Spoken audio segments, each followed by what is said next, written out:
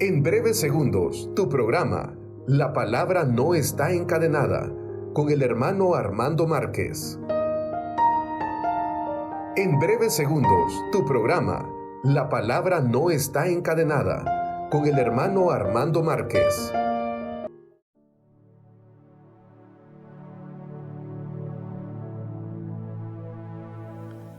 Tema número 37. Libros sapienciales o poéticos. Hoy el libro del Eclesiastés, con el tema de vanidad de vanidades. Y es que de la mano de Monseñor Romero seguimos haciendo nuestra catequesis bíblica. Después de haber visto los 5 libros del Pentateuco, después de haber hablado de los libros históricos, hemos comenzado ya una catequesis sobre los libros sapienciales o poéticos, que son, decíamos el otro día, 7. ¿Verdad? Job, Proverbios, Eclesiastés, que vamos a ver hoy, Cantar de los Cantares, Libro de la Sabiduría, Eclesiástico y Salmos. La vez pasada nos detuvimos a considerar precisamente este libro de los Salmos. Hoy la catequesis va a estar centrada sobre el libro del Eclesiastés. La Biblia Católica para Jóvenes nos explica así el contenido de los libros sapienciales.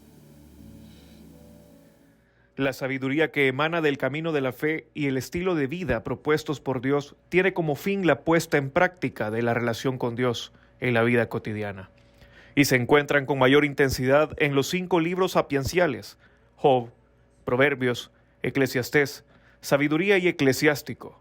Estos libros recogen consejos de los sabios para la vida diaria, que son relevantes para personas de cualquier cultura, aunque se distinguen por tener en mente al único Dios del pueblo de Israel.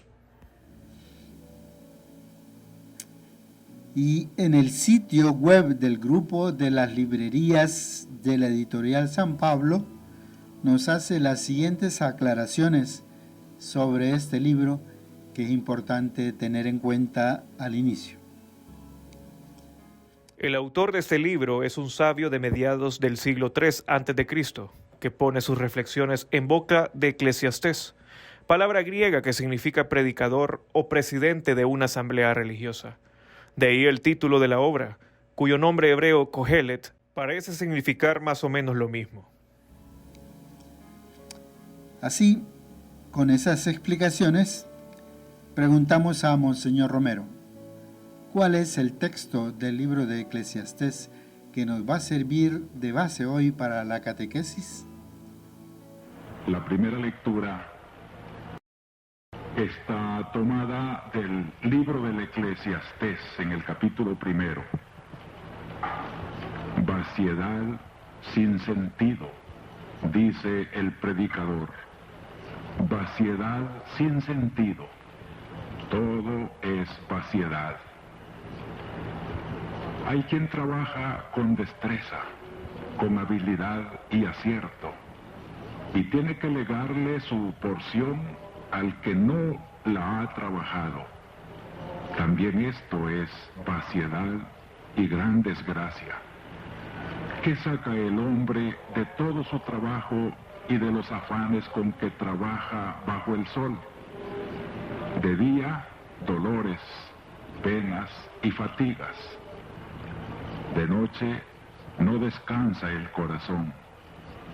También esto es vaciedad. Palabra de Dios, te alabamos, Señor. Como vemos, el tono de este predicador del libro del Eclesiastés parece más bien pesimista.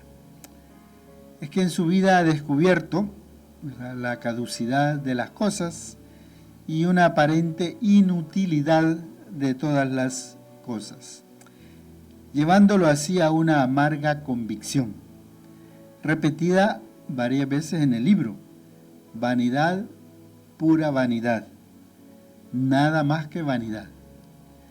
¿Qué provecho saca el hombre de todo el esfuerzo que realiza bajo el sol?, dice en los primeros ya versículos. Con este tono pesimista, preguntemos a Monseñor Romero cuál es la interpretación que Él nos da. Cuando el Antiguo Testamento nos dice vaciedad sin sentido, todo es vaciedad. Es una perspectiva de la creación prescindiendo del Creador. Todo es vano de veras. Las cosas no tienen sentido en sí mismas. Solamente esa autonomía que nos ha dicho el concilio, es decir, las cosas tienen su ser, su belleza, su propio valor, porque Dios se lo ha dado. Y en este sentido, sí recobran toda su belleza, cuando las cosas se miran con esa trascendencia, con esa orientación, con esa perspectiva hacia Dios.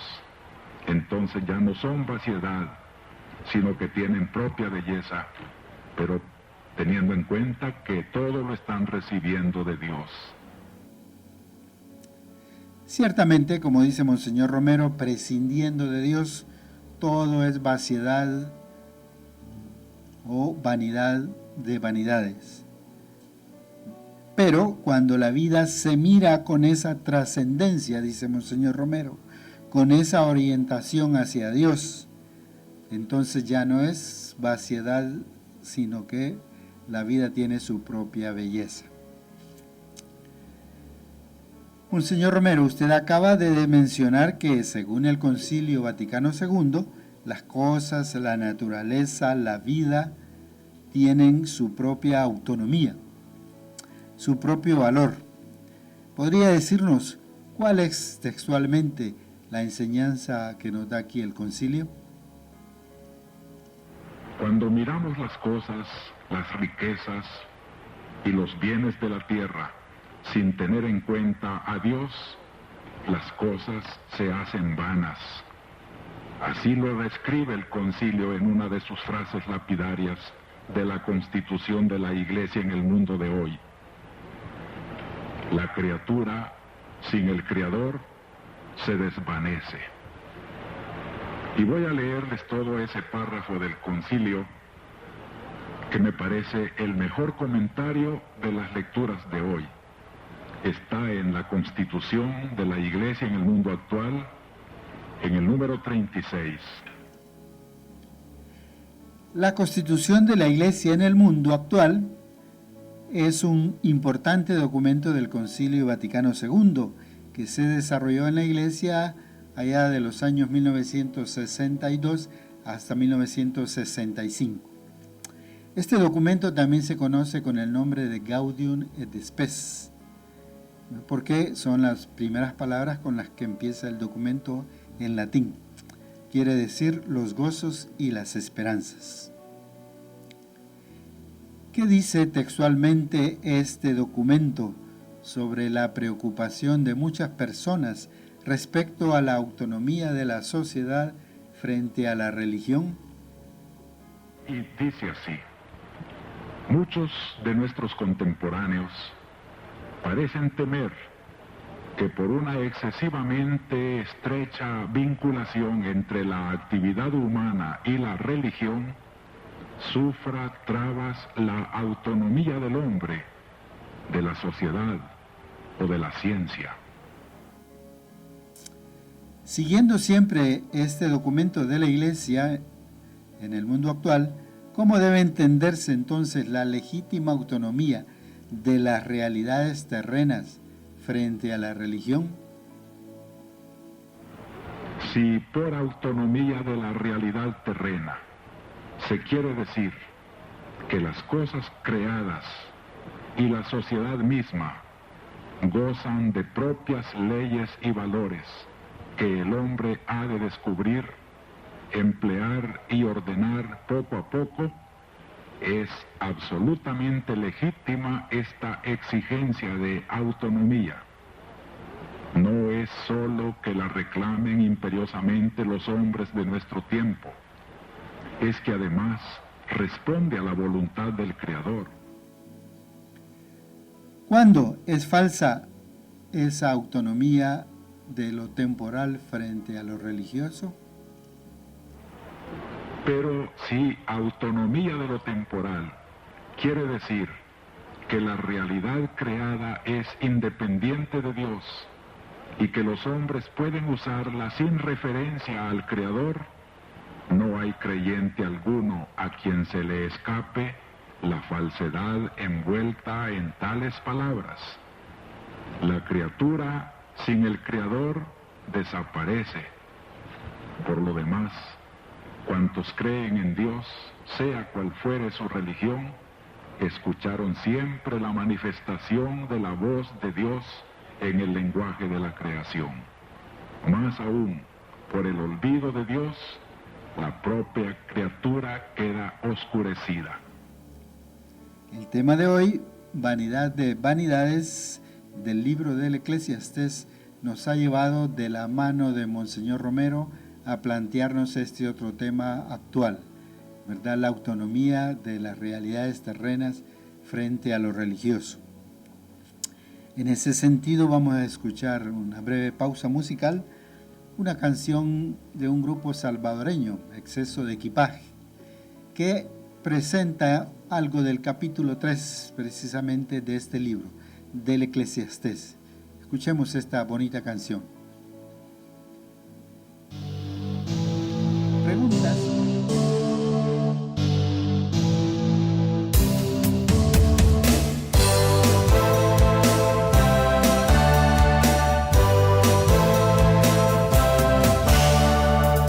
Todas las cosas tienen su tiempo, todo lo que está debajo del sol tiene su hora.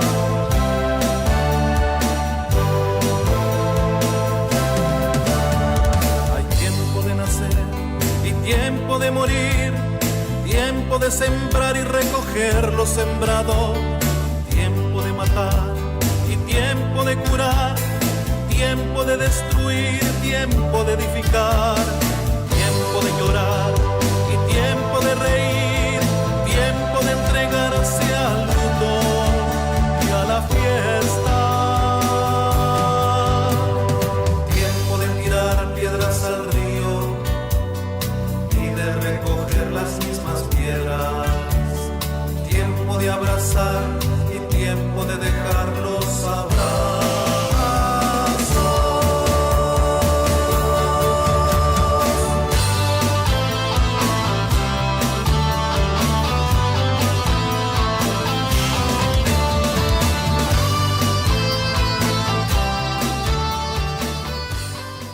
Preguntas para una mejor comprensión y para la aplicación de esta catequesis bíblica y romeriana.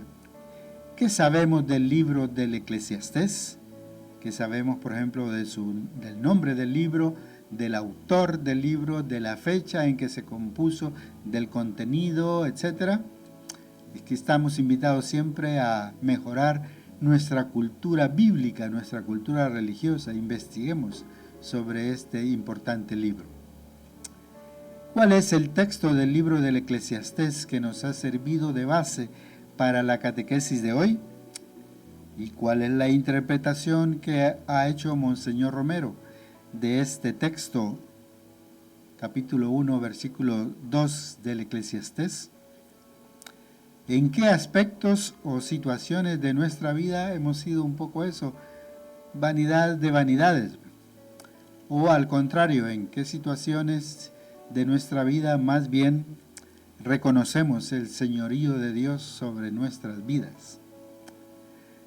Por otra parte, ¿de qué manera somos capaces de vivir, de enorgullecernos, de superar ese pesimismo del predicador del Eclesiastés? ¿Y qué opinamos de esa controversia entre la autonomía de las cosas terrestres, de las realidades terrestres, como la cultura, la política, el deporte, la ciencia, como que pareciera que hubiera contradicción con la religión, con lo religioso? ¿Qué opinamos de esa contradicción o de esa aparente oposición? Finalmente, Monseñor Romero nos va a hablar un poquito de cómo manejar en nuestras vidas esa autonomía. y no caer en la vanidad de vanidades. Escuchémosle. La Iglesia no les va a arrebatar su cultura y su técnica. Es la primera en respetar la autonomía de todas las culturas y de todas las técnicas. Pero sí quisiera decirles como mensaje de Iglesia que se gloríen no solo de su técnica, que se gloríen de haberse educado en un colegio católico y que le den inspiración cristiana a todo lo que ustedes van a hacer y valer en el mundo. Que no sean ya la vieja civilización del tanto vale cuanto tiene. El hombre hoy no vale por lo que tiene, sino por lo que es. Y el hombre es en la medida que es cristiano, porque todo el hombre se realiza en la medida en que se realiza según el modelo del Hijo del Hombre, Cristo nuestro Señor. Hermanas, hermanos, en los próximos días leamos este libro del Eclesiastés. Descubramos lo que Dios nos enseña ahí y procuremos vivir no con las vanidades terrenales, sino según el modelo de Cristo nuestro Señor. Que Dios nos bendiga.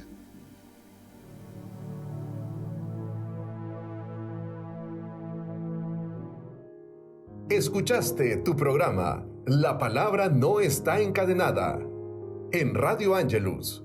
Gracias por tu sintonía. Escuchaste tu programa La Palabra No Está Encadenada en Radio Angelus. Gracias por tu sintonía.